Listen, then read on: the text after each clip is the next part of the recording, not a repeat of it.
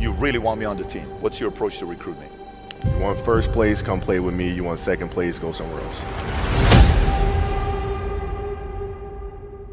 Like I would watch Magic play. I'd watch Michael play. And I would see them do these unbelievable things, and I'd say, you know, can I get to that level? I don't know, but let's find out.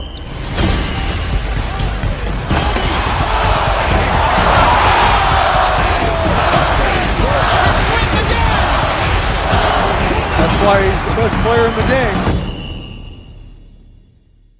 Everything was done to try to learn how to become a better basketball player. Everything.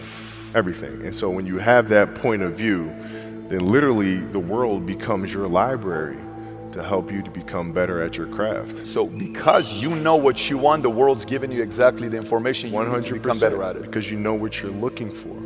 So many guys tell stories about your work ethic. Yeah. What was really your work ethic like, and for how long did you stay disciplined?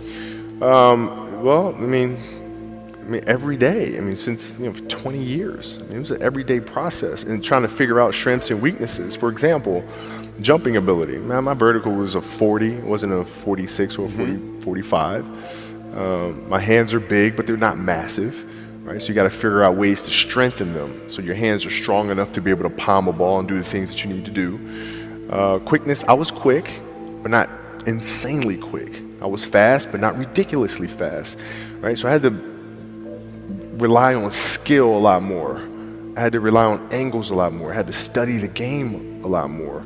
And but I enjoyed it though. So like from the time I can remember when I started watching the game, I studied the game, and it just never changed.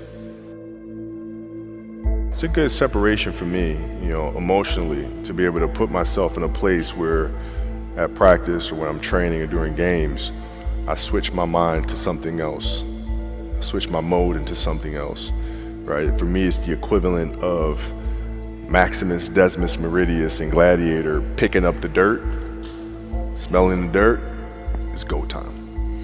Right? So that was my mental switch. It was like an actor getting ready for a film. You got to put yourself in that cage. When you're in that cage, you are that character. And then when you leave there, it's something completely different. But when I'm in that cage, bro, don't touch me, don't talk to me.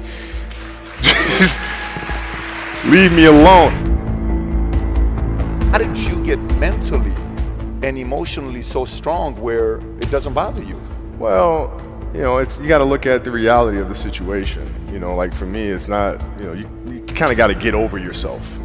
Like, it's not about you, man. Like, okay, you feel embarrassed. You're not that important. Like, get over yourself. That's where you go. Get over yourself, right? Like you're worried about how people may perceive you, and like you're walking around and it's embarrassing because you shot 5 air balls.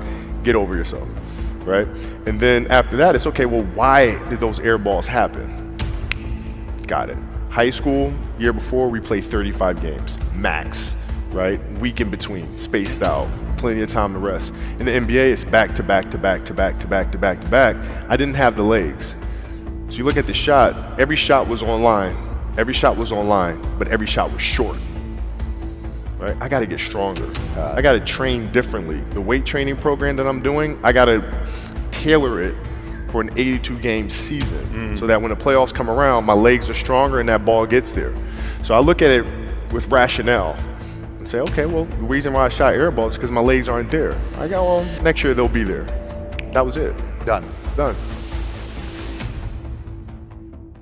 Were there some names that you looked at and says, these 3 guys are as crazy as I am? At the time, I deal with what I've referred to as Goat Mountain.